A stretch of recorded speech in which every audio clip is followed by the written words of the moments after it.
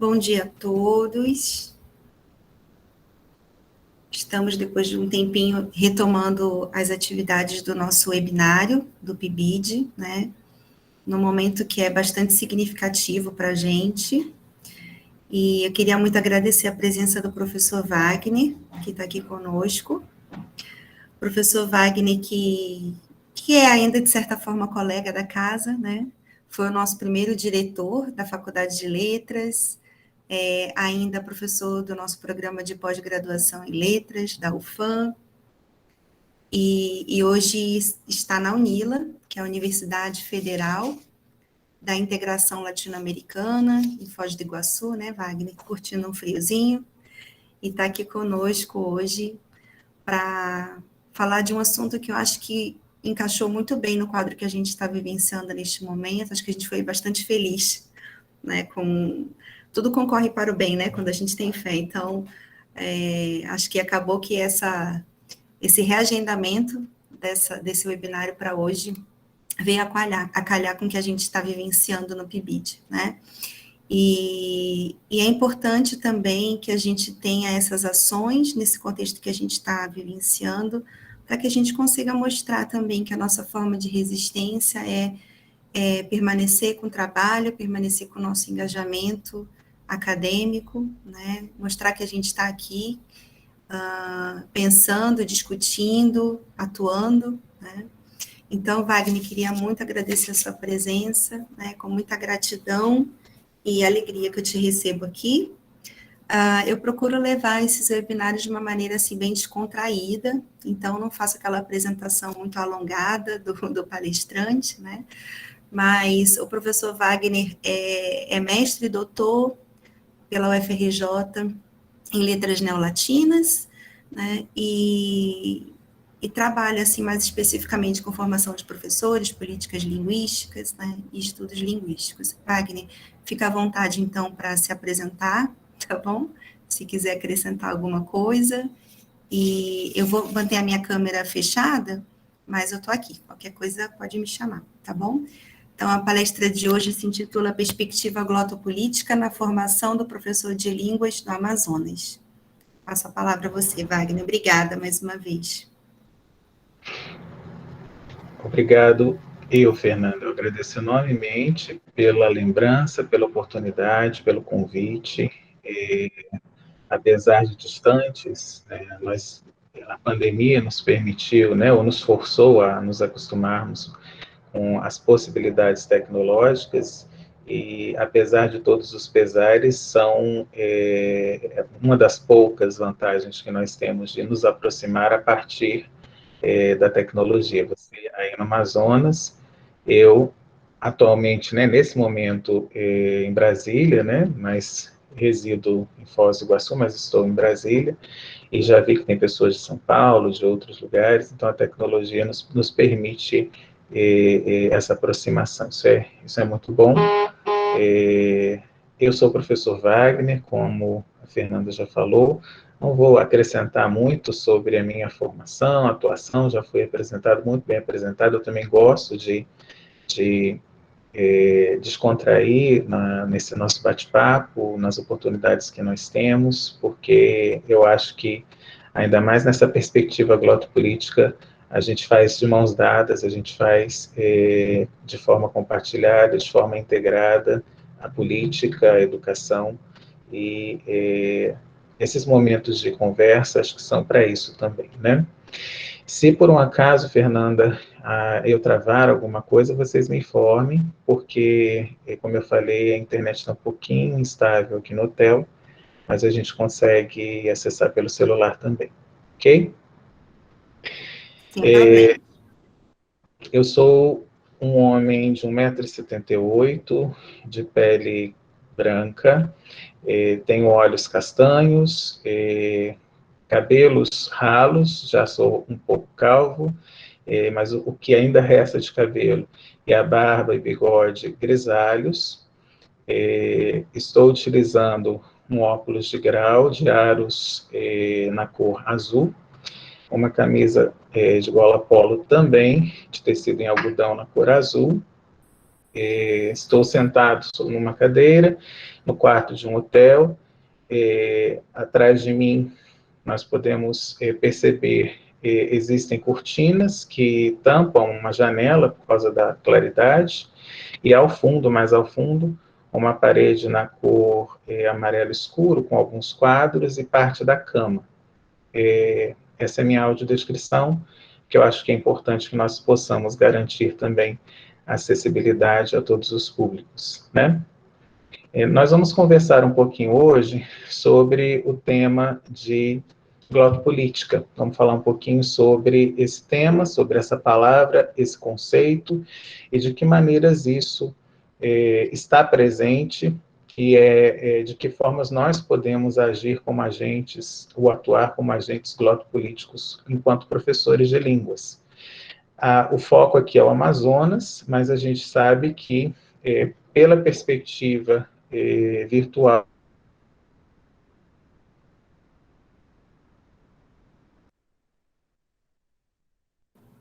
Travou o seu áudio, Wagner. Consegue me escutar?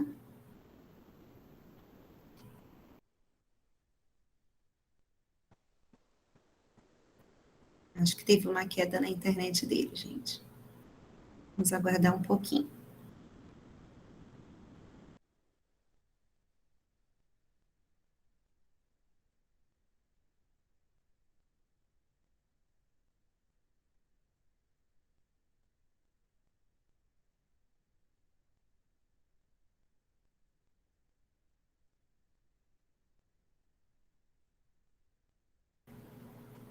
O microfone está fechado, Wagner. Deu uma travada, acho que caiu sua internet. Agora voltou.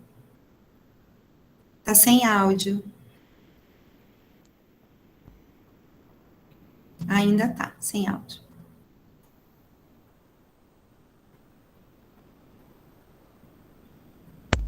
Ouvi? Agora sim. Agora. Deixa eu tentar pôr o fone aqui, peraí.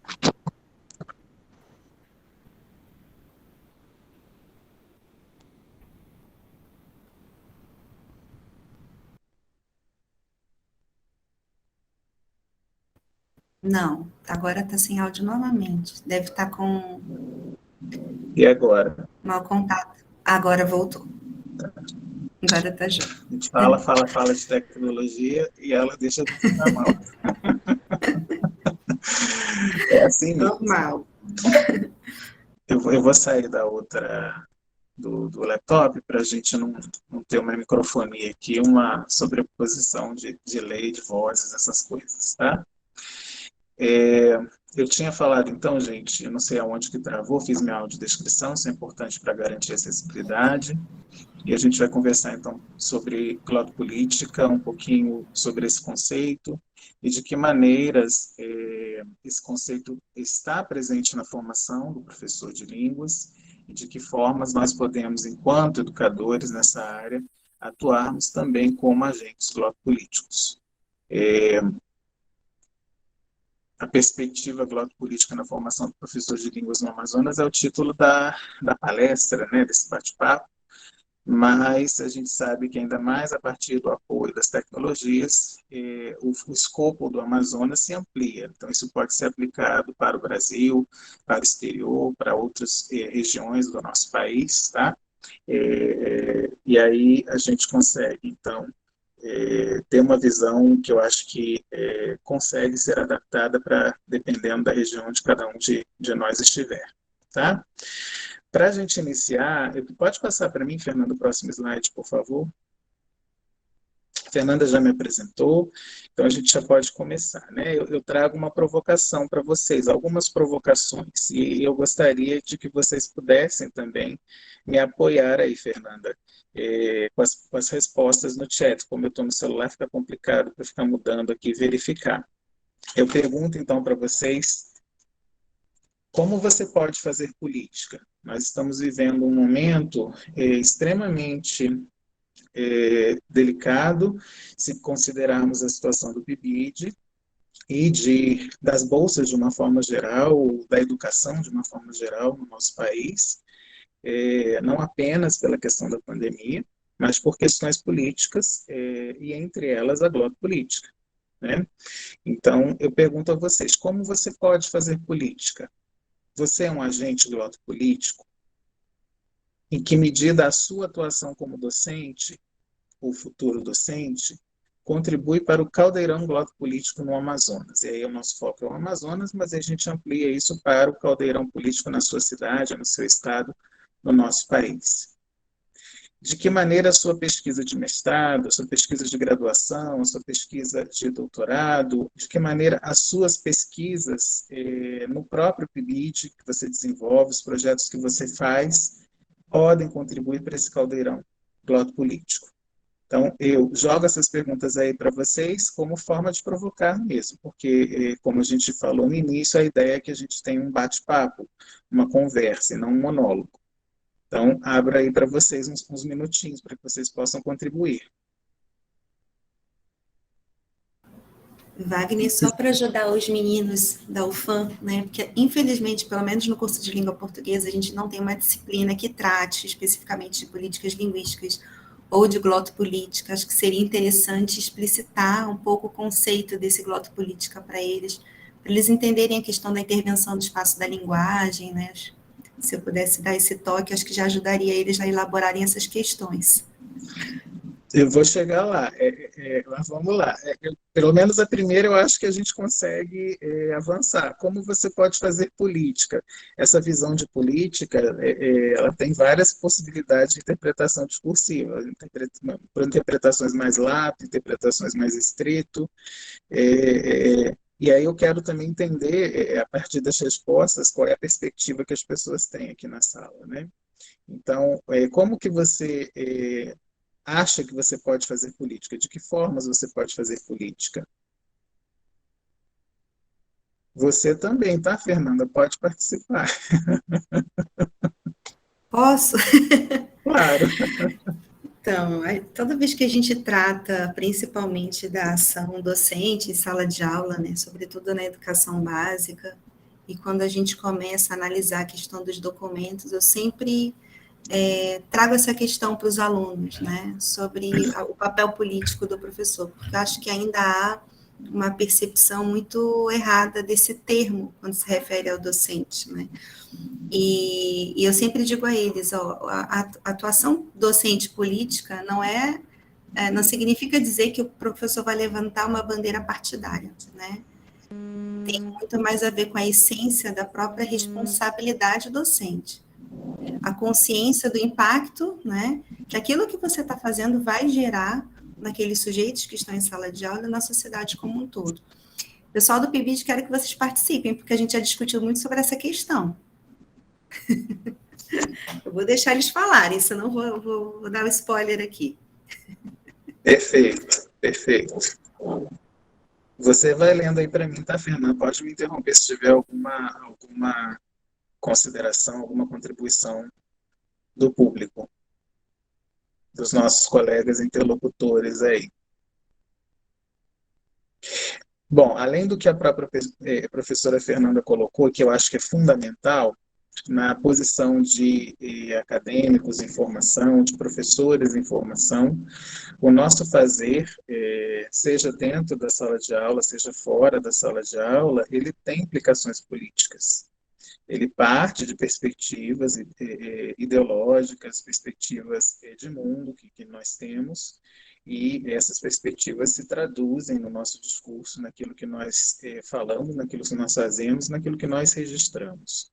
Então, há diversas formas de fazer política, não apenas a política partidária.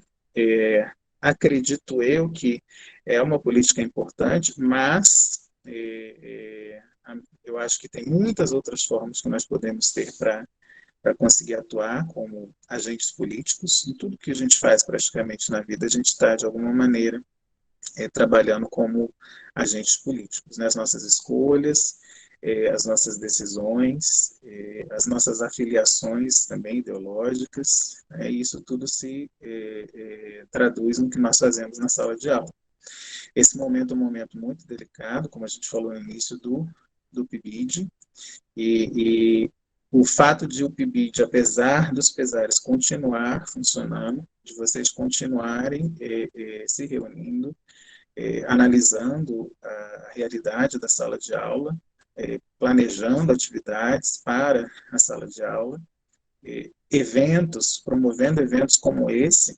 Isso são ações políticas, são ações que cada um de vocês, ou o conjunto, ao se reunir, decidir, continuar, resistir, uma ação política, é uma ação de resistência política que é feita e é muito importante.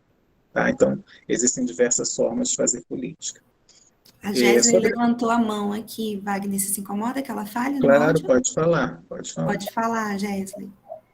Ok, bom dia a todos e todas que estão aí. Primeiro eu quero agradecer ao professor, tá? Assim, foi a primeira vez que eu vi para cego ver. Eu ouvi uma audiodescrição pela primeira vez numa palestra hoje, achei muito interessante, muito legal. Parabenizo ao professor Wagner pelo feito, histórico para mim, porque eu vi pela primeira vez, e eu acho que isso é política linguística também. Assim, a maneira como eu vejo a língua é luta, a língua é um movimento de luta dentro de um país, dentro de um determinado grupo. Então, entendendo o gloto-política como política linguística, eu sempre me pergunto aqui no Amazonas, há multilinguismo, né? Nós temos várias línguas de várias etnias. Então, eu fico pensando assim, como fica a homogeneização linguística e cultural promovida pela escola, inclusive, né, no ensino da língua portuguesa, diante do multilinguismo, como a gente poderia ensinar a língua portuguesa como segunda língua em lugares como São Gabriel da Cachoeira, por exemplo, sem, como é que eu vou dizer, impor a questão cultural enorme, a carga cultural que a nossa língua traz. Eu acho isso muito complexo, né, pensar nisso. Como o ensino da língua portuguesa não arranca a cultura indígena dentro dessas comunidades aí, em São Gabriel, que é um dos lugares mais indígenas do Brasil.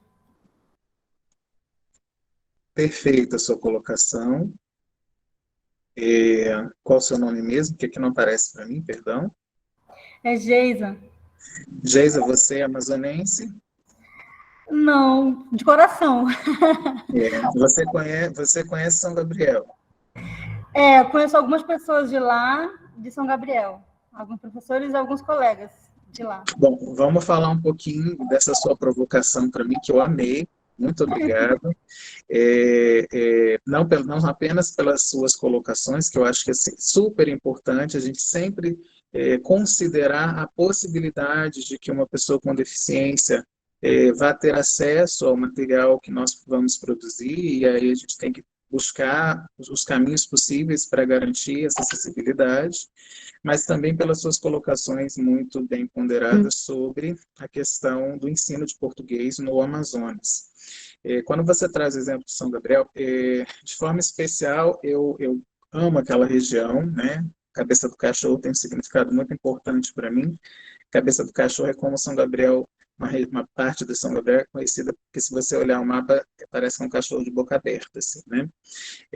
Porque a gente tem gente de outros lugares na reunião, isso depois vai ficar também público. Então, é bom contextualizar. São Gabriel da Cachoeira é um município amazonense no extremo noroeste do estado, que tem mais de 20 etnias indígenas ali e mais de dezenas de línguas ameríndias sendo faladas, sendo utilizadas cotidianamente. Isso é tão forte lá que foi reconhecido, é um dos municípios brasileiros que tem cooficialização de línguas, além do português são cooficiais 4 desses idiomas: o Nhingatu, o Banil, o Nhingatu, Tucano e o Yanomami. E quem vai a São Gabriel realmente se delicia, porque você na rua você vai escutar essas línguas e outras mais, juntamente com o português, juntamente com o espanhol, por ser uma região que faz fronteira com a Venezuela e com a Colômbia. Então, assim, é um excelente exemplo desse caldeirão bloco político-linguístico que São Gabriel e o Amazonas, né? Nós temos no Amazonas várias línguas. Essas línguas estão ali representadas por distintas questões e cumprem diferentes funções sociais no seio da sociedade, da população. Além das línguas indígenas, dessas que eu mencionei, há muitas outras. nós temos o português, nós temos a Libras, nós temos línguas que foram trazidas por outros povos, por outras comunidades, como o espanhol, o francês, o japonês, o coreano, o inglês. Então, a gente tem um caldeirão mesmo, a gente não tem apenas o português. E isso é muito importante que as pessoas considerem, porque em grande parte do país, nosso país é um país de dimensões continentais, essa realidade não é comum. Eu venho do interior do Rio de Janeiro, eu brinco que eu sou fluminense, né? Nasci no Rio de Janeiro, de nascimento, sou caboclinho de coração, eu vivi 11 anos aí no Amazonas, e agora assumi também a identidade capivara lá de Foz do Iguaçu, né? Então a nossa identidade também ela é formada e é mutante. Mas essa realidade plural ou plurilinguística, que é muito característica do Amazonas, em outros lugares a gente não vai perceber. Na minha cidade de origem, Volta Redonda, interior do Rio de Janeiro, a gente não tem uma pluralidade tão visível e intensa no quesito linguístico como a gente tem em São Gabriel da Cachoeira ou em outros municípios no estado do Amazonas como um todo. O que não significa que a gente não possa ter pluralidades em outros aspectos da cultura, que não apenas o linguístico. Mas é importante mostrar essa situação porque muitas das políticas linguísticas que são feitas, elas acabam desconsiderando ou acabam fazendo vista grossa ou fechando os olhos para essas realidades plurais. A gente brinca que nós temos Brasis no plural, né? O país é tão grande, nós temos diversos contextos, né? E as políticas deveriam considerar essa pluralidade de contextos também. Com relação à sua colocação sobre o ensino de português, nesse contexto tão plural, a Fernanda e eu, a gente conversa muito sobre isso, outros colegas do programa de pós-graduação em letras lá da UFAM, a gente sabe que a universidade não tem cursos que fazem uma formação específica considerando o português não materno, né? Os cursos de letras da UFAM, seja em Manaus, seja em Maitá, seja em Benjamin, eles são cursos que pensam a formação para português vernacular, que é aquela formação para o aluno que é usuário falante nativo daquela língua. Mas, se a gente vai para a sala de aula, seja em São Gabriel, seja em Benjamin, Tabatinga, em Atalaia, que são municípios limítrofes também, que fazem fronteira com países hispânicos, que têm muitas comunidades indígenas, ou mesmo em Manaus, principalmente depois da vinda dos fluxos migratórios dos haitianos, dos venezuelanos nos últimos anos com mais intensidade, a gente vai percebendo que o panorama linguístico na sala de aula, étnico, cultural, tem se diversificado. Eu orientei uma saudosa colega, né, amiga, que infelizmente foi levada nessa pandemia, a professora Rosselange Cabral, sobre essa questão, né, um trabalho de mestrado no PPGL, e ela verificou isso. Ela morava em Tabatinga, né, na outra fronteira do Alto Solimões, com o Peru e com a Colômbia, e apesar da região super plural, você ia para a sala de aula e ensinava português como se todos na sala de aula fossem usuários nativos que tivessem a relação com o português como língua materna. E isso acontece Brasil afora. São raras as situações em que o português ele é ensinado considerando as diversas relações que os alunos, como usuários da língua, têm com o português. Então, você vai para uma escola onde você tem peruano ou falantes de espanhol, sejam peruanos, bolivianos, sejam argentinos, sejam venezuelanos, você tem surdos, que têm uma relação com o português diferente da relação dos ouvintes. Você tem indígenas, que também têm uma relação com o português que pode ser variada. E aí você chega nesse espaço que é multilíngue, que é plurilíngue, e você desconsidera isso e vai ensinar o português como se todos tivessem uma relação igual com a língua, é uma situação complicada, mas é uma decisão política.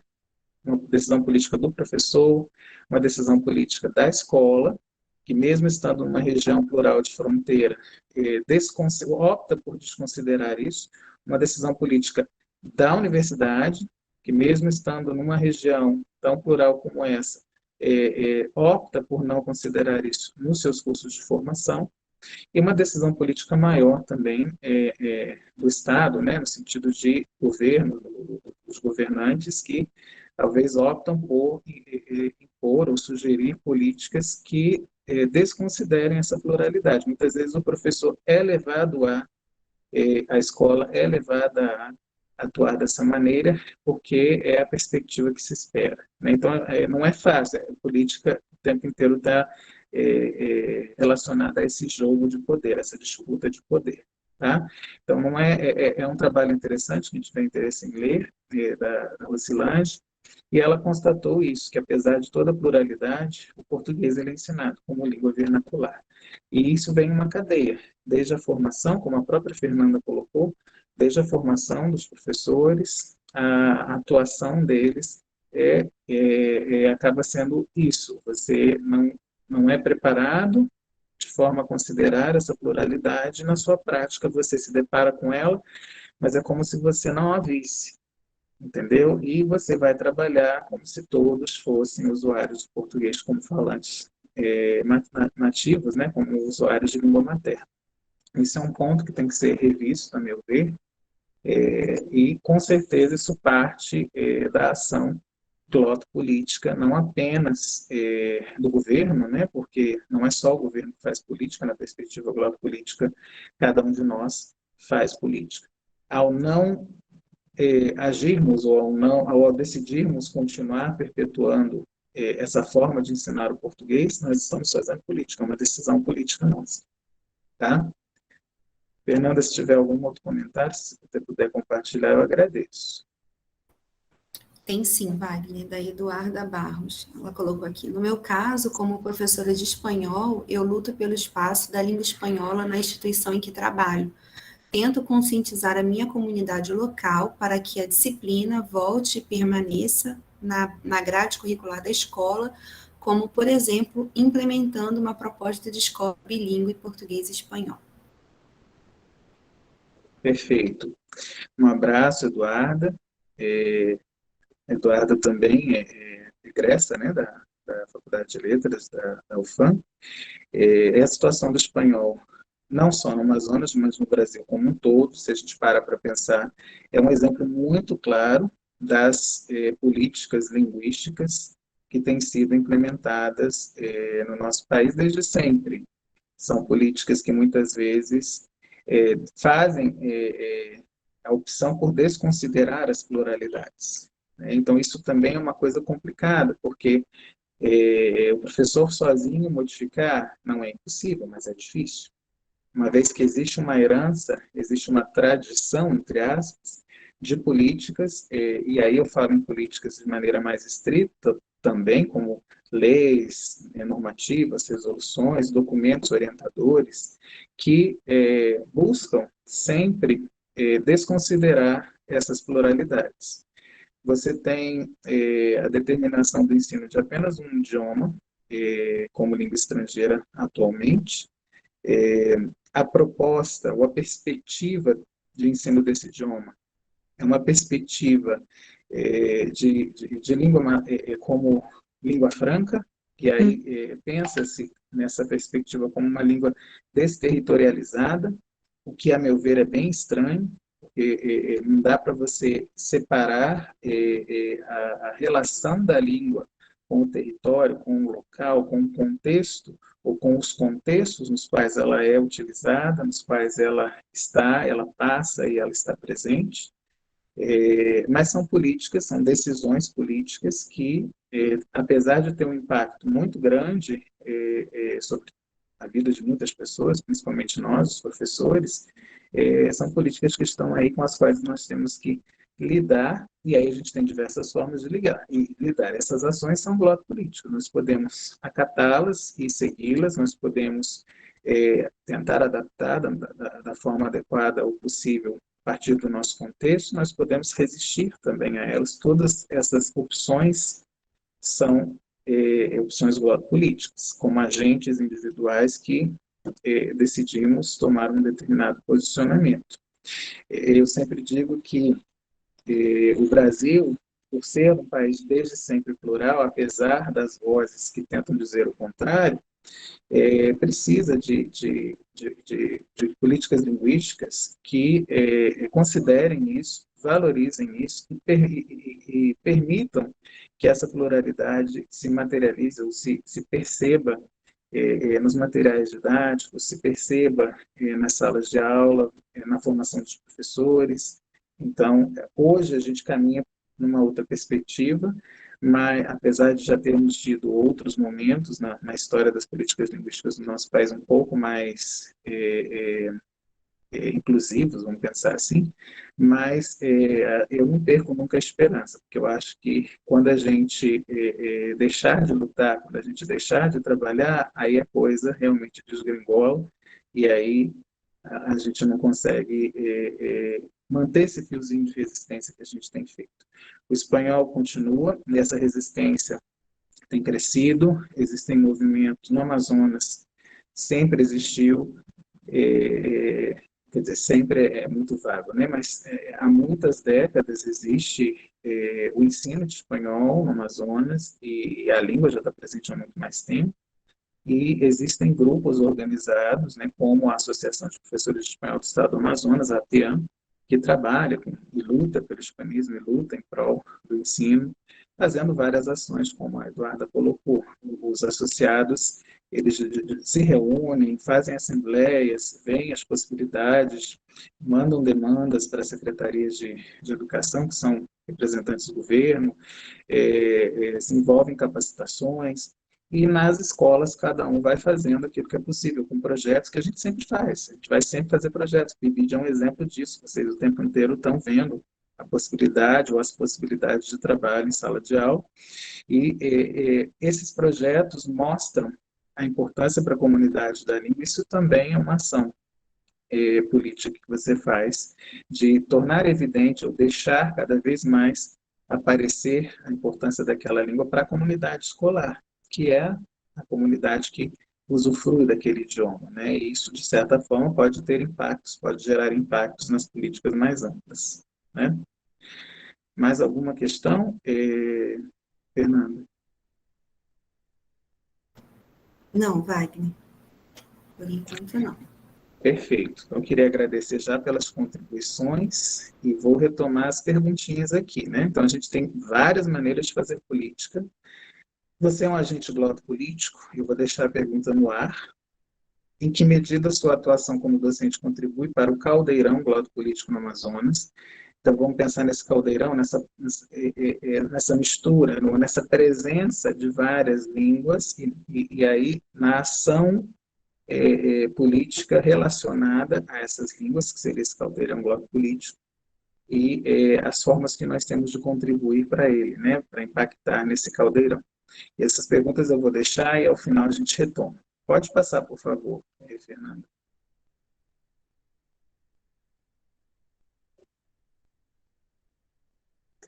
Aqui nós temos a foto, a imagem. Nesse slide nós temos a imagem de um senhor, né, que está usando um terno, gravata, o terno é escuro e a camisa clara, branca, provavelmente, que a foto é em preto e branco. É um senhor grisalho, usa óculos também, o aro parece ser escuro, ele tem a pele clara, os olhos parecem ser escuros, e esse senhor se chama Einar Huygens, né?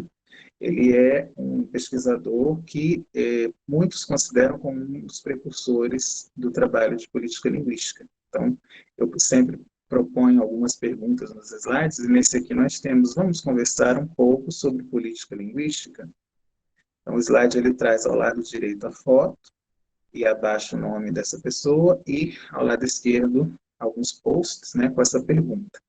Então, por que eu quis trazer para vocês essa informação? Porque eu acho que é sempre importante quando a gente vai trabalhar com conceitos, quando a gente vai trabalhar ainda mais que, por mais que seja um webinário, mas ele faz parte de uma atividade também da academia, que a gente tenha informações sobre os precursores, sobre as pessoas que são cânones naquela área, sobre as pessoas que são muito lidas, que escreveram, que pesquisaram sobre aquela área. Então, a Anna Huygens foi um dos precursores sobre política linguística. Ele trabalhou a situação de política linguística na Noruega, e ele é um dos nomes, né, que nós podemos aí utilizar, além dele tem outros, claro, mas que vão aparecer quando vocês fizerem alguma busca, alguma pesquisa sobre essa área de política linguística, tá bom? Pode passar, por favor. Wagner, deixa eu só pontuar que eu não tinha visto, desculpa, a Gésia até já levantou a mão novamente. Ela colocou aqui, política linguística para mim é também política de inclusão de grupos minoritários ou não no discurso. Esse pensamento estaria correto? Quando você fala em política linguística, ou mais especificamente em glotopolítica, você tem políticas que são voltadas para as línguas, ou para a língua. E o discurso, ele faz parte, né, ou se utiliza da língua na sua materialização. Então, acredito que sim. Então, as políticas linguísticas, elas são pensadas a partir da língua para a língua, e elas têm a influência na língua e são influenciadas também pela língua. Por exemplo, você tem São Gabriel da Cachoeira, como foi mencionado. São dezenas de línguas indígenas lá. Por que só 3 inicialmente foram cooficializadas, né? O Banil, o Nhangatu Tucano e, mais recentemente, o Yanomami. Então, por que as outras não foram? Quando você escolhe determinadas línguas, você está fazendo política linguística, a gente chama de política de status, né? Você alça essa língua ao status de uma língua oficial, cooficial. Ah, mas isso é simples. Sim, uma lei determina isso e pronto. Mas ao fazer isso, as políticas muitas vezes deveriam vir acompanhadas de planejamento. Calvé vai falar em políticas linguísticas e em planejamento linguístico, que são ações necessárias para que aquela política, aquele ato político se efetive. Muitas vezes a política está lá, o ato existe, mas não há planejamento. Ela acaba se tornando inócua, né? Então, quando você alça o status de língua oficial dessas 4 línguas e não as demais, você, de alguma forma, está valorizando essas línguas em detrimento das outras, por mais que não seja a intenção, mas isso acaba acontecendo.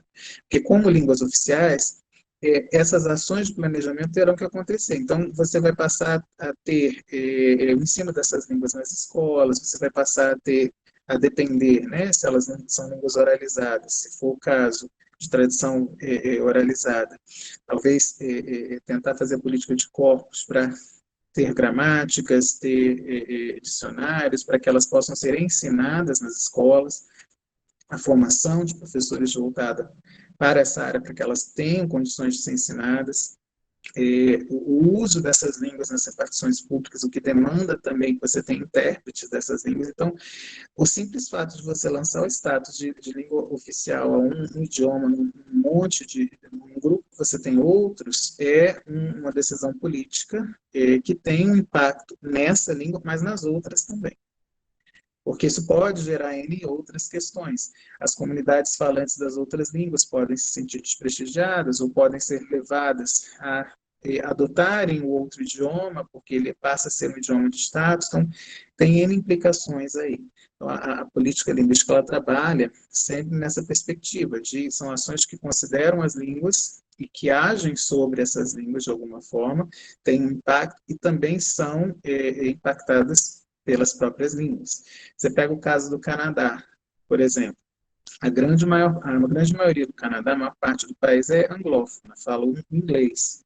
Mas você tem uma região francófona, que é bem pontual, está bem localizada, não é a maior parte do país que tem como primeira língua o francês, mas a região, talvez por ser uma das regiões mais ricas do Canadá, a resistência do francês diante, não sei nem se seria resistência, mas a garantia da manutenção do francês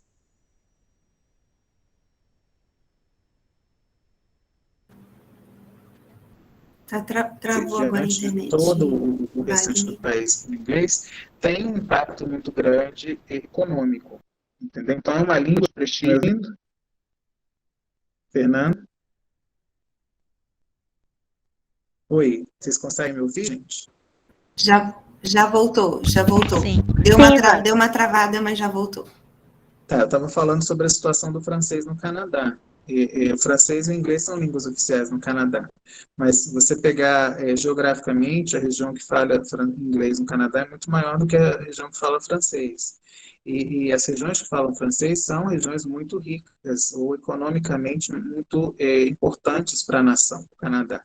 Então, a influência econômica também faz com que aquela língua garanta o seu status como língua oficial. Então, aí você tem de novo a ação, né, do homem, né, do agente político ou globo político, que é motivado por uma questão, entre outras várias, não é só econômica, mas econômica também, que garantem que o francês continue tendo seu status de língua oficial no país. E entre vários outros exemplos que nós podemos dar aqui. Tá? Então, a questão da política de incluir ou não grupos minoritários ou não são decisões políticas. Se você torna a Libras, a língua brasileira de sinais, uma língua oficial no Brasil, você está lançando status de língua oficial para uma língua de uma comunidade que não tem uma relação de usuário como língua materna com o português. Então, você está valorizando essa língua.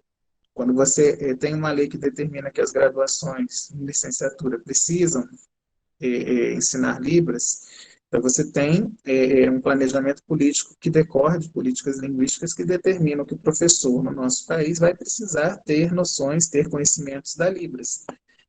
Se são suficientes ou não, a gente não sabe. Aí são desdobramentos de ações de planejamento. Mas você já tem uma ação definida de que todo curso de licenciatura precisa ter Libras. Então, isso é uma forma de você trazer no seu discurso político, pensando globopoliticamente também, a comunidade surda, valorizando essa comunidade, a importância dela para o nosso país.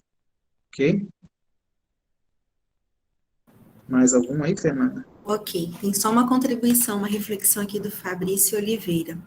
Ele diz o seguinte: sou um agente glotopolítico quando decido por uma formação superior em letras, decisão que vai intervir no espaço da linguagem através da minha participação em projetos ou outras ações voluntárias em prol da área de letras. Quando participo dos eventos concernentes à minha área de formação, quando ministro aulas particulares de francês, que abre caminho para a permanência e difusão desse idioma no Amazonas. Sim, o Fabrício, um abraço para você também, Fabrício, egresso também da Faculdade de Letras da UFAM. Muito bem colocada a sua contribuição. A decisão de fazer um curso na área de letras, a formação nessa área, né, é uma ação política, uma decisão política nossa. Você participar de eventos, depois você atuar como professor que difunde aquela língua é uma ação também política. As ações de política linguística, elas não são só ações de políticas de status, que vão determinar se aquela língua deve ser ensinada ou não. Elas têm ações também de formação, ações de ensino em si, ações pensadas para garantir esse ensino, que aí parte não só da formação, como você ter material didático, como você ter, e aí no material também você pode pensar materiais de apoio para didáticos, gramáticas, dicionários e etc. Ações de difusão daquela língua também. Então, tudo isso é um conjunto de ações políticas que devem ser considerados quando você pensa em colocar como obrigatório o ensino de um idioma ou o outro, tá? Podemos avançar, então? Próximo slide. Pode avançar. Quando aparecer, vocês me avisem. Apareceu para mim. Las políticas de lenguaje han existido desde que los seres humanos se organizaron en sociedades y extendieron sus relaciones de contacto, intercambio y dominación hacia otras sociedades cultural y lingüísticamente diferentes. En la mayoría de esas relaciones, las lenguas juegan un papel de primer orden, tanto para organizar la dominación y hegemonía de un pueblo sobre otro, como también en los procesos de resistencia y liberación. Essa aqui é uma citação do professor Henrique Hamel. O professor Hamel trabalha na Universidade do México, ele é um pesquisador na área de políticas linguísticas. Nesse slide nós temos essa citação no centro, os slides todos eles têm esse layout mais retrô, como se fosse uma página de caderno e os posts nessa página, né? Abaixo o nome dele, Hamel, e a citação do livro, de 93, páginas 6 e 7, no canto direito inferior uma foto dele, e no canto esquerdo inferior uma foto dele dando uma palestra no Auditório Eulália Chaves, que é o auditório maior que nós temos na Universidade Federal do Amazonas.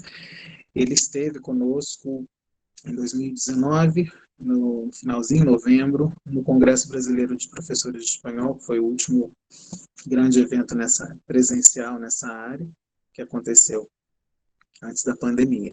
E o Hamel esteve com a gente, foi muito interessante a participação dele, as contribuições, mas ele traz aqui para a gente. Falar de política linguística não é uma coisa atual, talvez a área conceituada como tal seja um pouco mais recente, mas o fazer político ele existe há muito tempo, tá? Porque é justamente são decisões sobre as línguas, né? E influenciadas pelas línguas. Então, quando você tem relações de contato linguístico, relações de intercâmbio, quando uma pessoa vai para um outro país decidir, e aí tem contato com uma outra língua, todas essas decisões e esses momentos estão relacionados às línguas, são decisões políticas, né?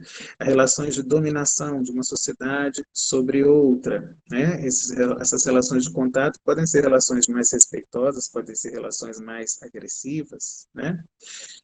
As línguas assumem um papel de primeira ordem, como ele coloca, seja para organizar essa dominação, essa hegemonia, seja pelos processos de resistência. Nós pensarmos no Brasil, nós tivemos a imposição, né, dos decretos pombalinos, do português, sendo proibido o uso de outras línguas, mas o Brasil sempre foi muito grande. Então, a gente pensa aí na adoção das línguas gerais, muita gente pensa que só tivemos uma, mas a gente teve várias. Então, a língua geral paulista, né, que foi a mais difundida, ela acho que sofreu mais, teve mais impacto das ações políticas do que a língua geral amazônica, por exemplo. O português se expandiu muito mais pelas regiões do centro-sul do Brasil do que no norte do país. Pelas questões demográficas, também pela questão geográfica, perdão, era muito difícil o acesso também, né, à Amazônia e tudo mais. Tem outras questões históricas envolvidas aí, mas o fato é que a língua geral amazônica resistiu, isso é política linguística, resistiu por muito mais tempo do que as outras línguas gerais. E ela continua sendo usada até hoje, né? O Nhangatu, que a gente chama de língua geral amazônica, né? Que nós temos hoje, e é uma língua que, apesar de ter sido trazida de outras regiões, é uma língua que foi adotada por algumas comunidades indígenas que haviam perdido, né, a sua língua identitária. Então, isso é um exemplo claro de língua imposta, de políticas de imposição linguística e de políticas ou ações políticas de resistência linguística, né? Então, isso é muito importante. No Amazonas, nós temos indígenas que adotam o português como língua de comunicação quando eles estão em contato com pessoas não indígenas, não dentro das suas comunidades, mas em contato com pessoas não indígenas. Então, eles têm uma relação de uso dessa língua como uma língua 2, uma língua adicional. Mas existem comunidades que se recusam a usar, indivíduos que se recusam a usar o português por ser a língua de dominação, por ser a língua de invasão, do invasor, né, do dominador, do matador, do colonizador, e então isso é uma postura política de resistência. Então eles continuam usando suas línguas indígenas e o português para eles é uma língua estrangeira, porque eles não querem, é uma opção que eles têm de, como o Fabrício colocou, eu optei por fazer letras, eu sei que ele fez francês, ele é uma opção ideológica, uma opção política, e eu fiz espanhol, outros fizeram inglês e assim por diante, são opções que nós fazemos, tá? Vamos avançar? O próximo, por favor, Fernanda. Slide. Aqui nesse slide, nós temos o mesmo padrão, né, de bloco de notas e os posts, e aí nós temos a,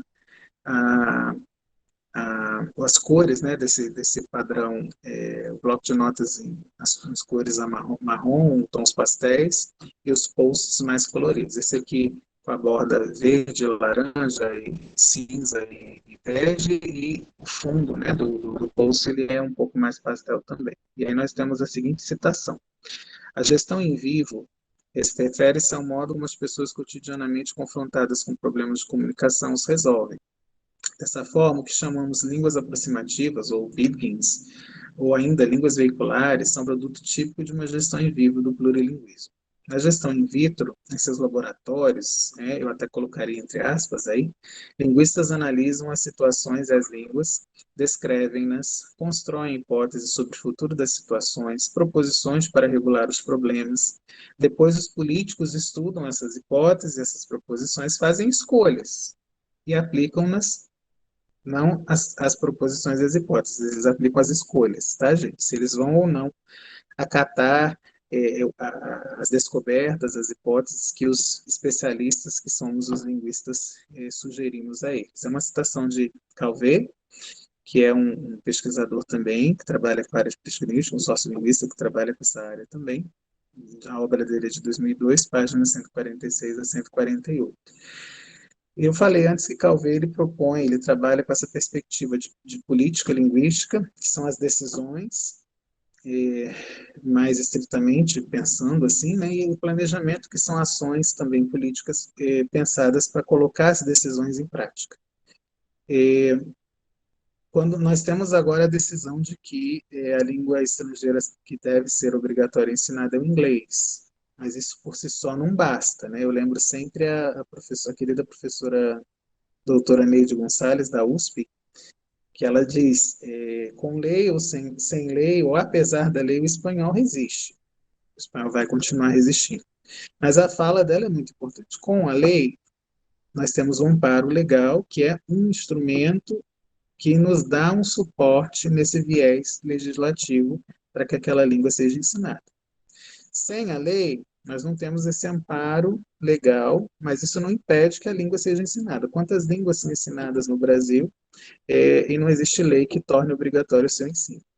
Apesar da lei, que aí é o caso que nós temos hoje, tem uma lei que torna obrigatório o ensino de um único idioma, mas apesar dessa lei, o espanhol, o francês, o alemão, o japonês, o coreano, né, a Libras e tantas outras línguas que nós temos resistem, seguem resistindo porque há espaço, porque justamente essas línguas cumprem funções sociais no nosso país. Então é muito importante nós entendermos isso. Muita gente fica desesperada porque nós temos essa lei, e aí a lei agora não vou ter mais espaço para ensinar. Sim, você continua tendo seu espaço, você continua tendo as funções que aquela língua já exercia não deixaram de ser exercidas, ela continua sendo importante, ela continua sendo usada, e isso você tem que mostrar para a sua comunidade, você tem que continuar com seus projetos, com seus trabalhos. O que mudou foi a legislação, mas apesar disso, a língua continua ali, e aí é isso. A gestão em vivo vai considerar justamente essas questões.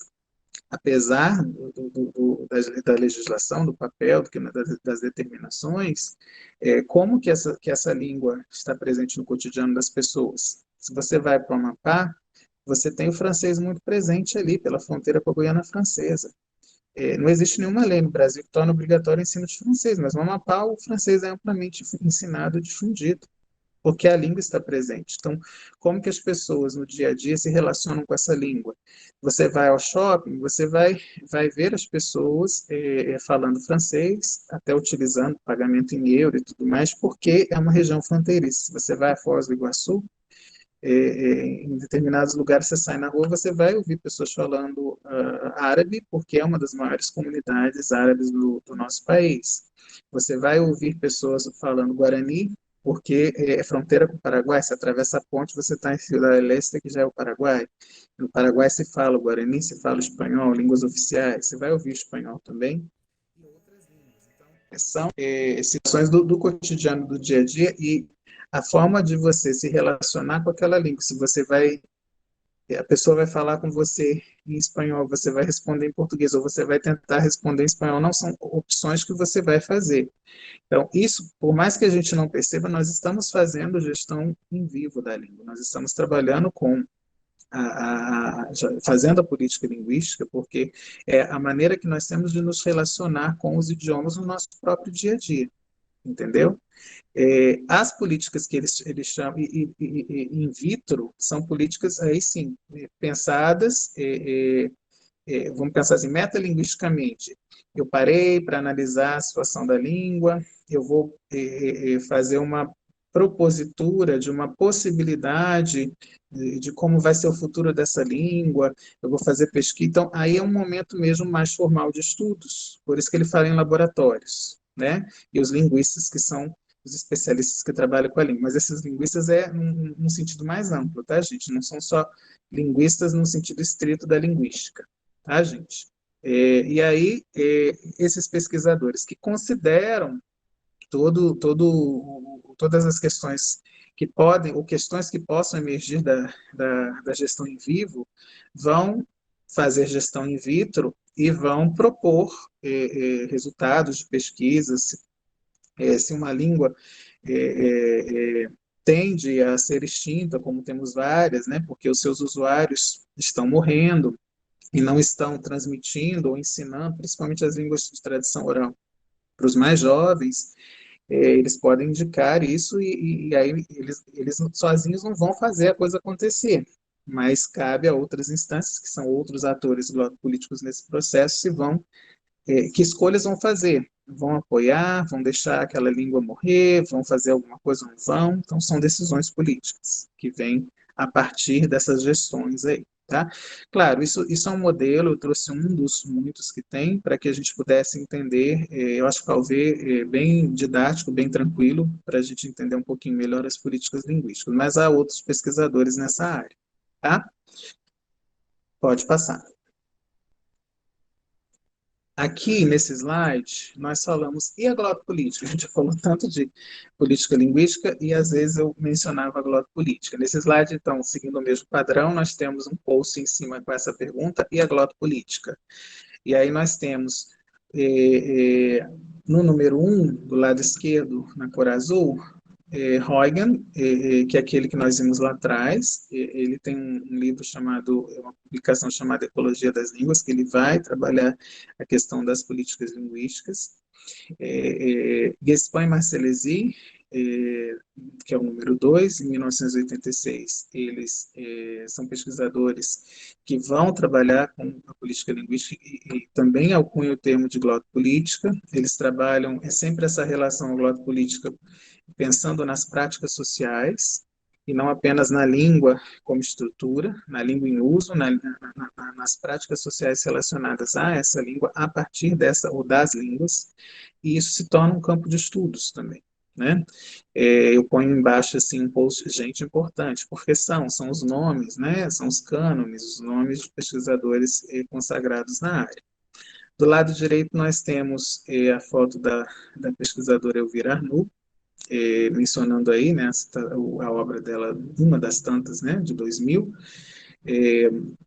A Elvira Arnoux é uma pesquisadora argentina, ela é viva, é uma senhora de pele branca, aqui na foto ela tem cabelos brancos, usa óculos, os olhos são escuros, ela está vestindo, parece ser uma camisa roxa com um xale ou alguma coisa estampada em tons de cinza e vermelho no pescoço, que não dá para a gente ver direito. É uma das pesquisadoras que nós temos muito famosa na área de glotopolítica e políticas linguísticas na América Latina. A área de glotopolítica é muito forte na América Latina, está crescendo bastante no Brasil. Nós temos, como eu já falei, o professor Hamel, no México, o professor Elvira Arnoux, na Argentina, e o número 4 aqui, o professor Lagares, que é o João Lagares, a obra dele de 2018, aí temos uma divulgação da obra dele, né? Qual política linguística? É uma imagem que nós temos esse qual política linguística na frente do rosto do professor Chuan. Ele é um homem de pele branca, ele é careca, não dá para ver aí, mas ele é careca, ele está com uma expressão de espanto, lendo um livro aberto. Ele tem a cavanhaque e bigode também, os olhos são escuros. E aí tem escrito do lado direito, bate-papo com João Lagares, que é o nome do professor, e ele é um professor da Universidade Federal Fluminense que trabalha com políticas linguísticas nas suas pesquisas e também com glotopolítica, tem obras recentes sobre essa temática, tá? Então aqui nós temos alguns dos nomes dessa gente importante que quem for trabalhar política linguística e glotopolítica não pode esquecer, ok? A professora Elvira Arnoux, sendo uma das expoentes de glotopolítica aqui na América Latina, ela trabalha, a obra dela poderia talvez ser classificada didaticamente em três momentos, né? Primeiro momento que ela pensa glotopolítica relacionado sempre ao planejamento linguístico, né? Então são ações, que ações a gente precisa fazer ou são feitas em relação à língua para que as políticas sejam efetivadas, né? E aí, isso lá na década dos anos 50, né, trabalhou-se muito, por exemplo, a categorização de línguas. No segundo momento, o foco volta-se para as línguas regionais, você categorizou, então agora você consegue pensar mais as línguas regionais, a historização e fortalecimento da área de glotopolítica como uma área de pesquisa, como um campo científico também, e a implementação de ações de planejamento. Isso acontece nos anos 70 e nos anos 80. Hoje em dia, né, a terceira fase, didaticamente pensando, tá, gente? Ela trabalha com a perspectiva, com um olhar mais focando na relação das línguas em entidades supranacionais. Então, você olhou a situação, categorizou as línguas, as políticas, né, voltadas para isso, as ações, você foca nas línguas regionais e agora a gente vai ampliar para as línguas supranacionais, ou as entidades supranacionais, né? Que entidades seriam essas? O Mercosul é uma entidade supranacional, as Nações Unidas é uma entidade supranacional. Que línguas são línguas oficiais nesses organismos? Por que outras não são? O que falta para que outras sejam? Então, são várias perguntas, né, que estão relacionadas com as pesquisas da área de glotopolítica, tá? Então, o olhar glotopolítico, ele não se reduz apenas, ou se restringe apenas a uma língua em si. Ele é um olhar muito amplo. São ações relacionadas à língua, influenciadas pelas línguas também, e não só as ações das línguas como estrutura, ou das línguas in vitro, mas ações das línguas em uso, das línguas do dia a dia, seja a língua na escola, seja a língua que é utilizada numa determinada comunidade, como eu dei o exemplo das comunidades indígenas que dentro da comunidade usam uma língua e fora da comunidade usam outras, né? E aqui os organismos supranacionais, que vão adotando essas línguas na perspectiva de pensar nos processos de integração linguística, nesse plurilinguismo, principalmente. Eu não vou entrar nesse detalhe, mas aí tem também as questões de pluri, multi, trans, né, translinguismo, né, transculturalidade, que são termos aí que daria para um outro bate-papo, mas são perspectivas diferentes. Ok? Podemos passar?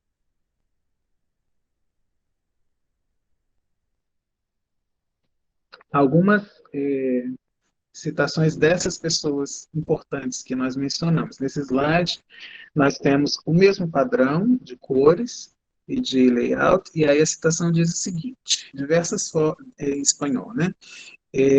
Diversas formas en que una sociedad actúa sobre el lenguaje, sea o no consciente de ello. Tanto sobre la lengua, cuando, por ejemplo, una sociedad legisla respecto de los estatutos recíprocos de la lengua oficial y las lenguas minoritarias, como sobre el habla, cuando reprime tal o cual uso en uno u otro. O sobre el discurso, cuando la escuela decide convertir en objeto de evaluación la producción de un determinado tipo de texto, de género. É uma citação de Gaspar e Marcelesi, de 86, na página 5. E aqui fica claro um pouquinho do que a gente havia falado antes. Tem várias formas de você considerar a glota política. São diversas formas de que a sociedade, de a sociedade atuar, né, com relação à língua, sobre a língua e a partir da língua, da linguagem, da língua em uso. Sendo consciente ou não disso, como eu falei, às vezes a gente decide estudar espanhol, eu não estou consciente de todo o impacto político que isso tem, mas eu simplesmente vou e faço. É uma ação inconsciente, mas é uma ação política, do lado político. Essas ações, elas têm influência sobre a língua, por exemplo, quando há uma legislação específica sobre aquilo, ela tem ação sobre a fala, sobre o uso, por exemplo, na escola, quando você reprime o falar do seu aluno, se ele diz alguma coisa que foge da normativa, da prescrição linguística, né, da gramática prescritiva, normativa, você reprime aquele uso, apesar dele ser um uso comum, adequado em determinadas situações, é uma ação política, o reprimir ou não, né? E aí, da mesma forma, o reprimir a fala, o aluno paraguaio na escola falando guarani, e ele é reprimido para que ele fale o português, é uma decisão política. E também, se a gente pensa em discurso e nos gêneros, quando você determina um determinado gênero para ser ensinado em detrimento de outros, é uma ação política. Isso a gente vê muito pelo Enem, por exemplo. O gênero prototípico da redação do Enem, né, aquele texto argumentativo dissertativo, que sempre tem que considerar também no seu desfecho alguma propositura a partir dos direitos humanos, é um dos vários gêneros discursivos que existem, né, ou textuais, quem quiser seguir essa perspectiva, e o simples fato de você saber que esse exame, que é um exame que dá acesso à educação superior, vai avaliar a sua aptidão na elaboração de um texto nesses padrões, nesse gênero, vai, de alguma forma, curricularizar isso. Então, ao fazer isso, isso é uma opção política, porque você está trabalhando com uma língua e dizendo que o aluno lá precisa ter aptidão para redigir um texto nesse formato, nesse padrão. Poderia ser um poema, poderia ser uma narração, poderia ser em outros gêneros, mas opta-se, claro, existe toda uma discussão teórica que embasa o porquê de ser esse gênero. Não vou entrar nesses meandros aqui, mas é uma decisão política que é feita. Quando você, na escola, decide que você, naquela aula, vai trabalhar aquele gênero com o seu aluno, ou você, na universidade, vai trabalhar gêneros acadêmicos com os acadêmicos que estão em formação, você está fazendo político. Quando você, no PIBID, resolve desenvolver um projeto a partir de um vlog, a partir de um inbox, alguma coisa, não sei, você está justamente escolhendo gêneros que poderiam ser outros, isso é uma decisão política, que isso vai impactar na formação linguística dos alunos. Tá? Pode passar, por favor.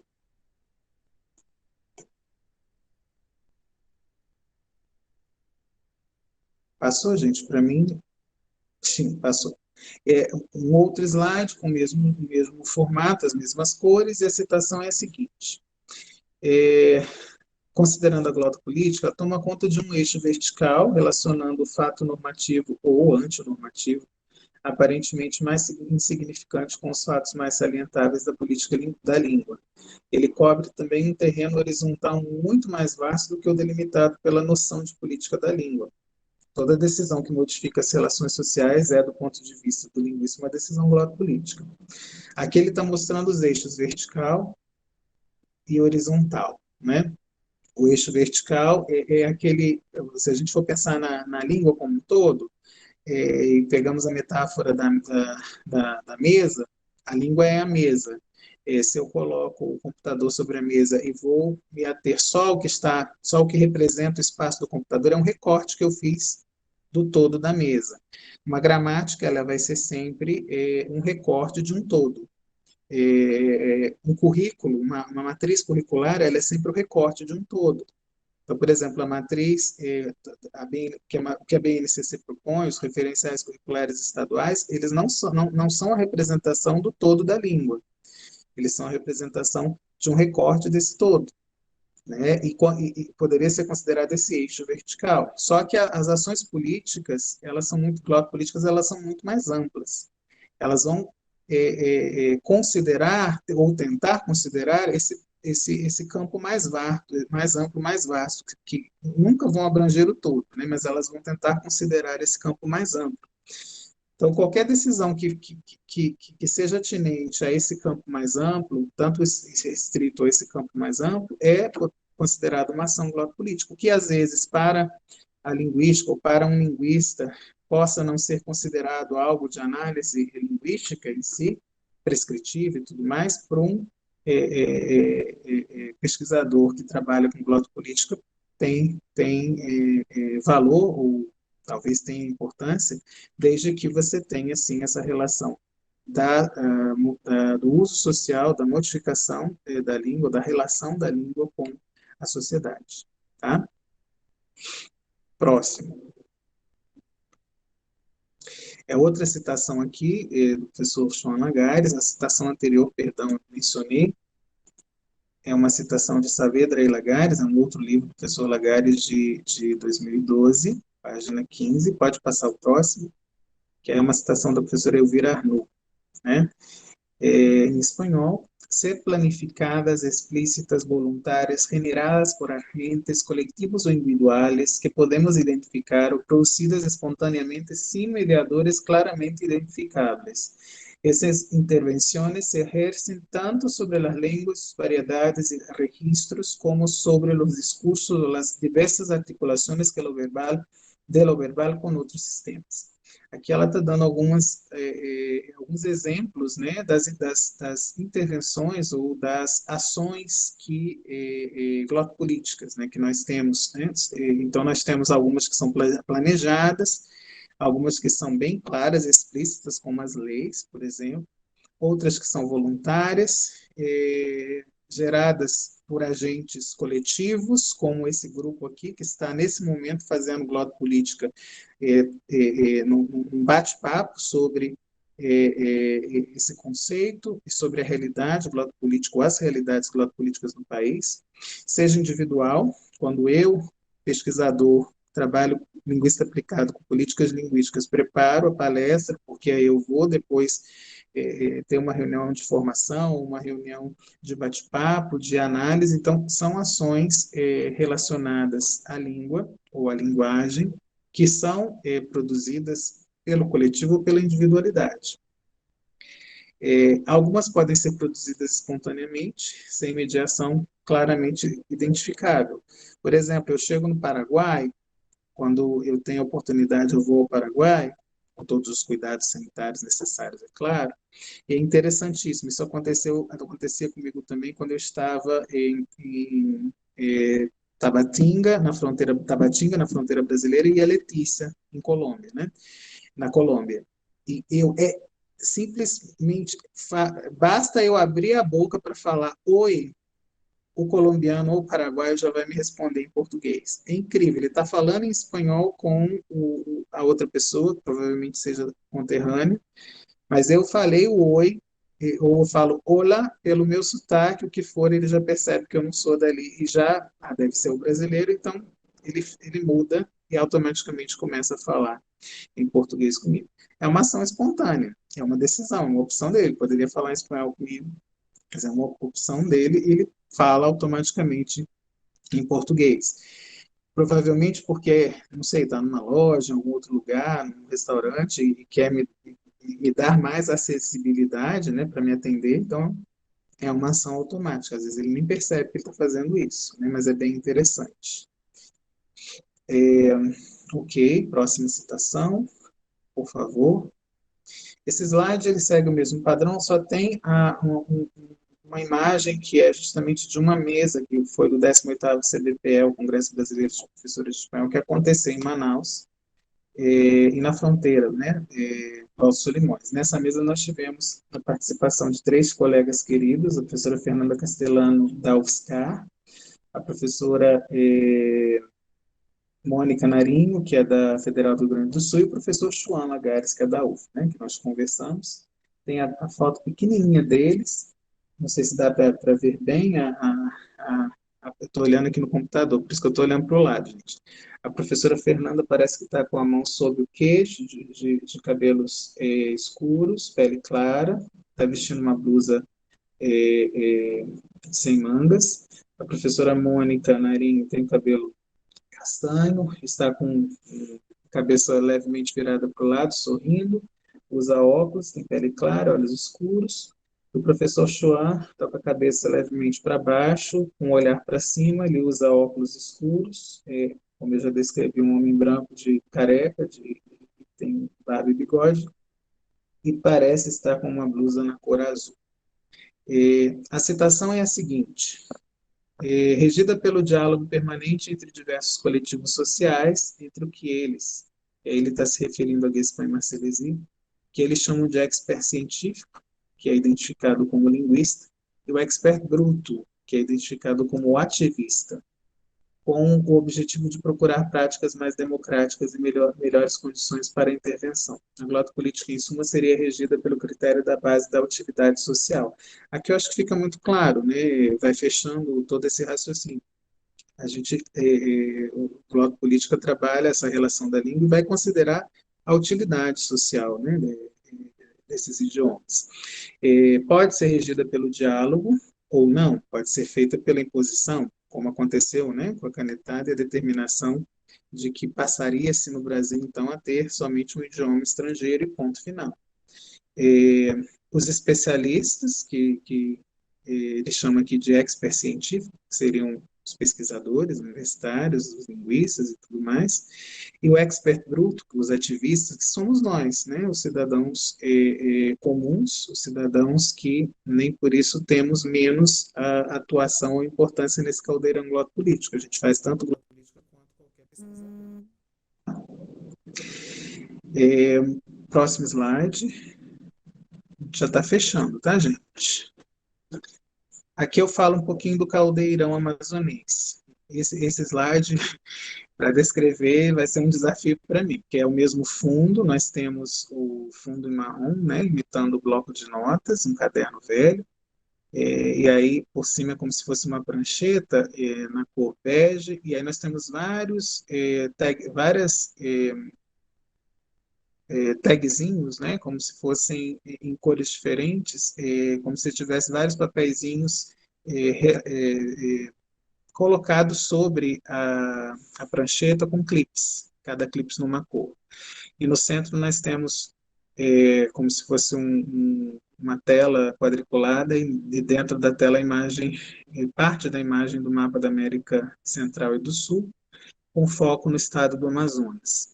Tá? E aí, nesse mapa, nós vemos ali o Brasil, os países vizinhos, Bolívia, Peru, Equador, Colômbia, Venezuela, Guiana, Suriname, Guiana Francesa, os estados brasileiros, mas o foco é no Amazonas, que está destacado. Nós temos, então, alguns papeizinhos quadriculados imitando setas, e esses papéis indicam da Colômbia para o Amazonas, do Peru para o Amazonas, da Venezuela para o Amazonas. Então, significa que nós temos fluxo migratório desses países para o Amazonas e muitas vezes percorrido por estradas, né, por carros, a pé, ônibus, por veículos nessas estradas. Fluxo migratório que vem por barcos, e aí a gente tem dentro aí do rio Amazonas um barquinho, tagzinho de um barquinho, navegando, e outro tagzinho de um barquinho lá, já no Oceano Atlântico, e um tagzinho de um avião, né, um aviãozinho de papel, representando os fluxos migratórios de outras nações, de pessoas que vieram de outras nações para o Amazonas. E lá no Mar do Caribe, nós temos uma setinha também, representando os fluxos migratórios que vieram dali, principalmente os haitianos. Então, por que isso? Para nós entendermos e o caldeirão amazonense, que é um tag que está ao lado direito superior dessa tela. Aí nós temos em cada um dos papeizinhos que eu mencionei o nome de uma língua diferente. Então eu vou falar da esquerda para a direita, de cima para baixo. Línguas indígenas é o primeiro tag, que está com fundo verde. Aí abaixo, português, é o segundo com fundo amarelo. Depois, Libras, é o terceiro com fundo vermelho. Espanhol, com fundo verde. Francês, com fundo amarelo. Japonês, bem na parte de baixo, canto inferior esquerdo, com fundo vermelho. Do outro lado direito, abaixo do tag que pergunta o caldeirão amazonense, nós temos o creole com fundo verde, o árabe com fundo vermelho, o coreano com fundo amarelo, o inglês com fundo verde e no canto inferior direito, o mandarim com fundo amarelo. Todas essas línguas e outras mais, muitas outras mais, compõem esse caldeirão linguístico amazonense. Em mais intensidade, em menos intensidade, cumprindo diferentes funções sociais, mas estão todas ali de alguma maneira. Então, não dá para a gente considerar que o Amazonas é monolíngue e só fala português. Então, não dá para a gente ensinar o português considerando que todos os que estarão na nossa sala de aula só falarão português como língua materna. Só usarão português como língua materna. E esse caldeirão pode se ampliar se nós considerarmos outras regiões do nosso país ou o Brasil como um todo. Tá? Pode passar, Fernanda. Por favor. Que tal terminar ainda provocando? E aí eu trago de volta as nossas perguntas nesse slide. E aí eu tenho um postzinho com emoticons, né? Do lado direito, um está piscando o olho, sorrindo, e do lado de baixo, um que está pensando e tem um balãozinho em cima com está pensando assim, né? E aí eu volto a pergunta para vocês. Nós já conversamos sobre como fazer política, mas você se considera um agente gloto político? Não sei se já tem algum comentário aí, Fernanda.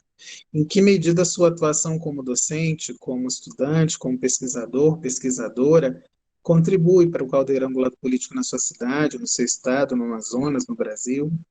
Eu acho que isso é interessante, né? O bate-papo tem essa finalidade, de nos fazer refletir sobre o nosso papel enquanto nossa função social, vestindo a máscara discursiva, né, de agentes glotopolíticos, tá?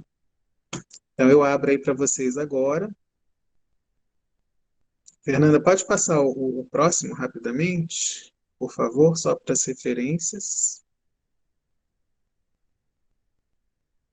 Isso, o das referências é um slide que também segue o mesmo padrão, nós temos um tagzinho em cima escrito referências, e aí vem todas as referências. São 1, 2, 3, 4, 5, 6, 7, 8, 9, 10. São 10 referências que eu usei para preparar esse bate-papo, mas tem muitas outras que vocês podem utilizar, tá? 2 de Arnoux, 2 de Calvé, uma de Guespan Marcelesi, uma de Hamel, 2 de Huygens e 2 de Lagares, sendo a segunda com contribuição de Saavedra também. E ao final, depois a gente fala do último slide, mas antes eu queria conversar com vocês sobre as perguntas. Falei demais. Não, foi maravilhoso, nossa, aprendemos muito. Pessoal, então tá aberto agora, tá? Fiquem à vontade para colocar perguntas aqui no chat, ou se sentirem vontade de falar, podem levantar a mãozinha aqui ou abrir o áudio. Ok?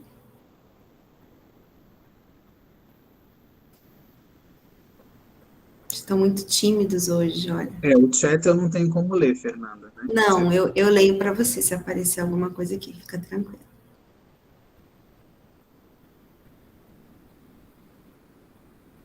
Pode, Geisa, levante a mão, pode falar. Primeiro, eu queria agradecer novamente ao professor Wagner, muito legal tudo que a gente ouviu aqui. Eu sou graduanda ainda, ainda estou um pouco longe do mestrado, mas eu já estou buscando, né, teóricos e embasando uma futura pesquisa no INDL. Eu gosto muito dessa área, né? A gente está aqui no Amazonas, então a gente meio que se apaixona por essa diversidade linguística e cultural, que por mais apagada que pareça, está bem viva, principalmente nos bairros assim da Zona Norte de Manaus. A gente pode perceber essa diversidade. Em especial, próximo da Barreira, nos bairros Viver Melhor, que é um bairro planejado, né, que foi entregue nos governos Lula e Dilma. O Inventário Nacional da Diversidade Linguística, o INDL, eu acredito que é uma política linguística muito interessante, porque documenta línguas que estão ainda vivas e algumas que não estão. Então, a maneira como eu estou tentando fazer uma política linguística percebendo essas pesquisas, entendeu? Tentando ver como encaixar uma futura pesquisa minha dentro do INDL, do IFAM, né, num futuro próximo, quem sabe daqui a 3 anos, não sei, mas assim, eu acho que é muito interessante catalogar, eu acho que nem é essa palavra usada, peço perdão se estou usando uma palavra equivocada, mas assim, documentar realmente as línguas que ainda existem ou coexistem dentro da cidade de Manaus. Eu imagino que isso dar uma pesquisa no futuro, né? Então, eu penso em fazer pesquisa nessa área, e hoje, vendo o professor Wagner falar, nossa, é um caldeirão mesmo, eu nunca tinha imaginado, o caldeirão linguístico aqui dentro, então é bem legal mesmo, é bem interessante, e eu acho que, por mais que esteja parado atualmente, o inventário linguístico é uma política interessante para documentar as línguas aqui, do norte, as línguas que coexistem também dentro da cidade de Manaus. Então, acho que a maneira de fazer linguística ou política linguística seria dando voz a essas línguas. E outra coisa interessante também nessa questão de política linguística são os aplicativos. Eu acredito que algumas línguas estão tentando, vamos dizer assim, sobreviver através desse tipo de documentação. Se eu não me engano, o Lingo, que é um aplicativo para aprendizagem de outras línguas, tem Guarani. Eu não sabia disso até esse ano. Então, é bem interessante quando a gente vê ferramentas atuais utilizando língua indígena, língua crioula, e sendo colocada aí para que outras pessoas possam estar aprendendo e, com isso, desmistificando muitas coisas culturais e quebrando realmente barreiras e preconceitos, né, com relação à língua. Então, eu fico grata, e a minha maneira é essa, né, uma futura pesquisa nessa área.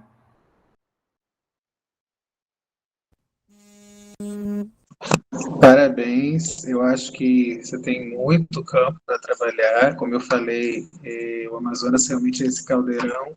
E para onde você olha, você vai achar um pontinho, vários pontinhos que vão dar vários novelos para você poder fazer sua pesquisa. A área de política linguística é considerada recente ou nova também em pesquisas no Amazonas, a de glottopolítica mais ainda. Então, a gente segue fazendo pesquisas nessa área, alguns colegas que estão na sala são pesquisadores nessa área, então fico feliz que você tenha interesse em trabalhar também com essa perspectiva.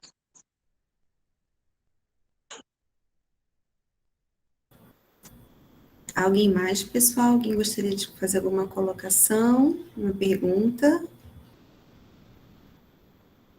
Professor, com licença, aqui é a Raíssa. É uma dúvida sobre a UNILA, eu não conheço direito, mas despertou um certo interesse. No curso de letras lá, tem uma disciplina só sobre isso? Sobre a glottopolítica, no caso.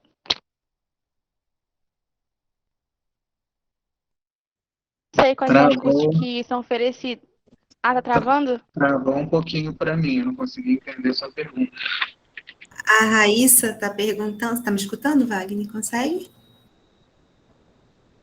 A Raíssa gostaria de estar com, na verdade, curiosidade para saber se na UNILA vocês têm uma disciplina já específica para tratar da questão de políticas linguísticas, glossopolítica.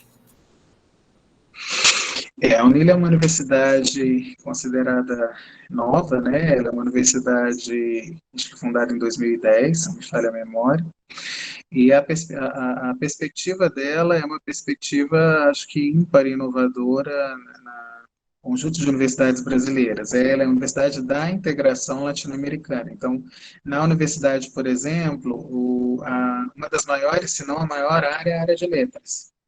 Então, todo o trabalho na Unila, ele é bilíngue. Existem duas línguas oficiais. Então, tudo na Unila pode ser feito em português e em espanhol.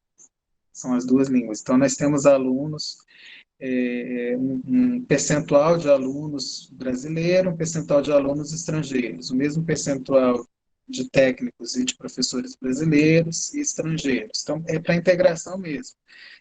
Inclusive, nós temos alunos do Amazonas, né, indígenas que estão lá.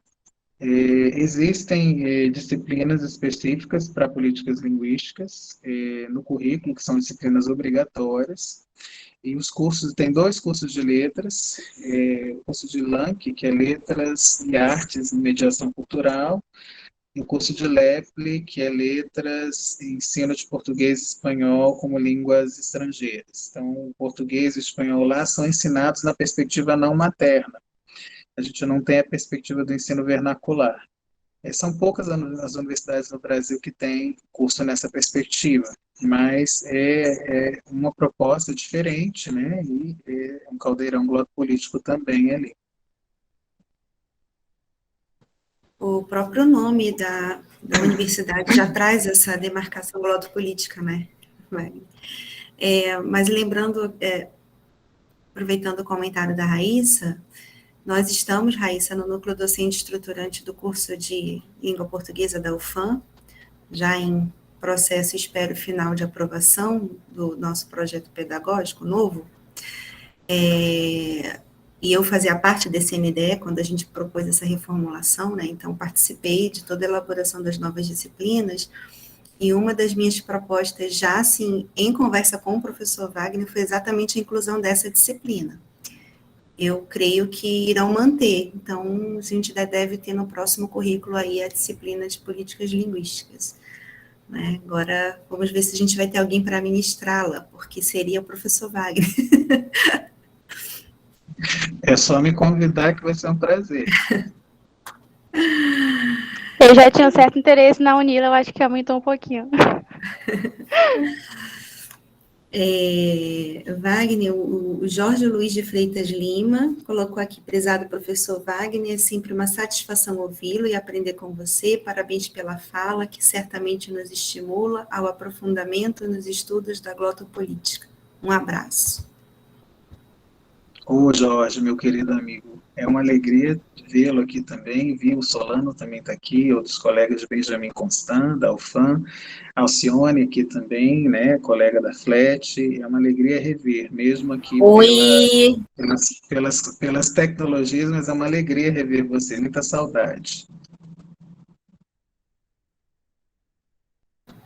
Estou bastante feliz, porque nessa edição do webinário tem muitos colegas aqui da FLET presentes. Obrigada, colegas, por nos prestigiarem, né? A Kelly Geisa colocou: eu adorei tudo, obrigada.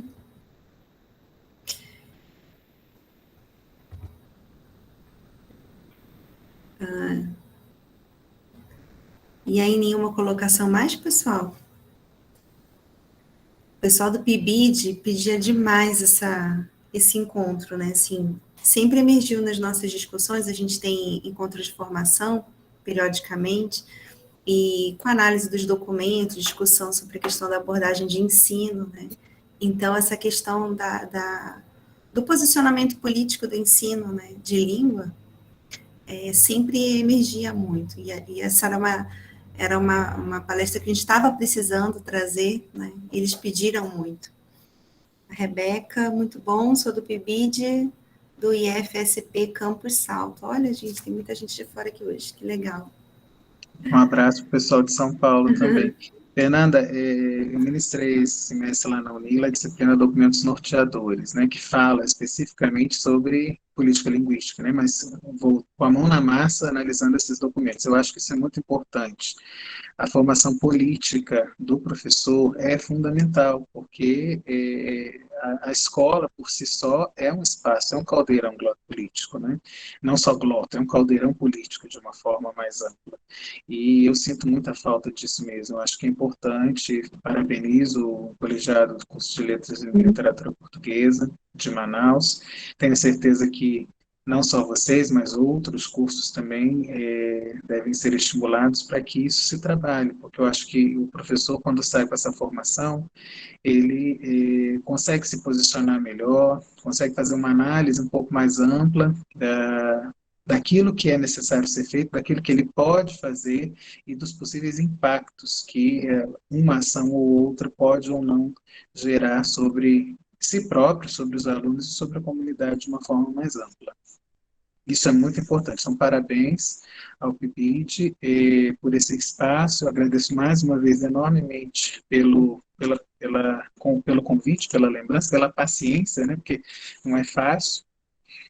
E eu fecho assim, se você me permite, Fernanda, nesse último slide, como eu fiz a audiodescrição de tudo, Claro, fica super à vontade. Esse slide ele fecha com a saudação de agradecimento em algumas das línguas presentes no Amazonas. Então, nós temos vários tagzinhos coloridos, e eu não vou saber falar em todas, porque eu não sou fluente em todas, gostaria de ser, mas não sou. A gente tem aí no centro, obrigado, e ao lado direito, na tela, a imagem de um homem fazendo sinal em Libras de obrigado. E aí, do canto esquerdo superior, muchas gracias, em espanhol, descendo arigatou gozaimasu, em japonês. No canto inferior esquerdo, xie, que é chinês.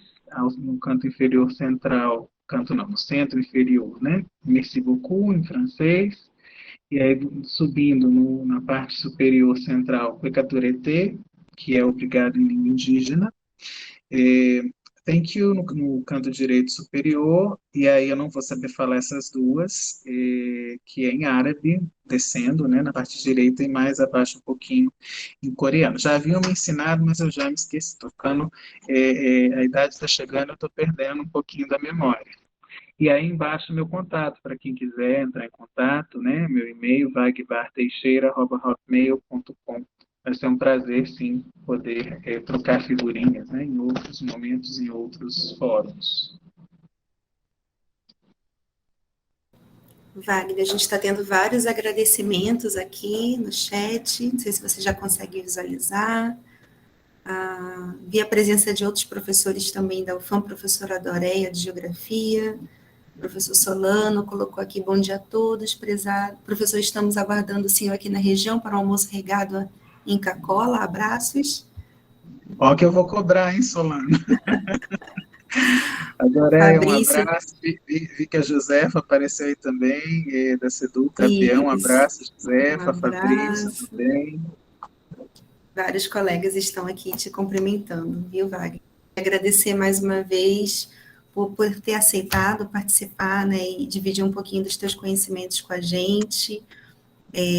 Tem sido um desafio esses webinários, né, por conta mesmo do meu processo de letramento, né, ainda mesmo em processo inicial, mas como eu te falei, a nossa ideia que já está sendo construída é conseguir colocar todas essas gravações de webinários no canal do YouTube, isso já começou a ser feito, então não quero dar um prazo, porque o pessoal tem cobrado aqui no chat, né, mas vai entrar lá no canal do subprojeto PIBID de Língua Portuguesa, tá bom?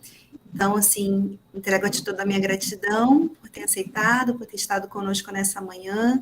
Agradeço também a todos que estiveram aqui, colegas da UFAM, colegas de fora, de outras unidades, todos os alunos, né, e toda a comunidade externa, ok? Eduarda Barroso. Grande abraço, gente, saúde para vocês. Muito obrigada, Wagner, querido. Gente, a foto, meu Deus. Assim, quem puder abrir, então. Por favor. Quem puder abrir a câmera para a gente tirar uma foto. Raíssa, você vai fazer a foto? Depois você me manda, por Não, favor. porque eu tô pelo celular, professora. Eu vou pedir pra gente Ah, fazer. tá, Geisle. Professora, não posso tirar a máscara no trabalho, tem problema? Não, nenhum problema. Cadê a Geila? Tô aqui. Gente, Deixa eu fechar aqui a apresentação para ver se mais pessoas aparecem aqui para a gente. Calma aí.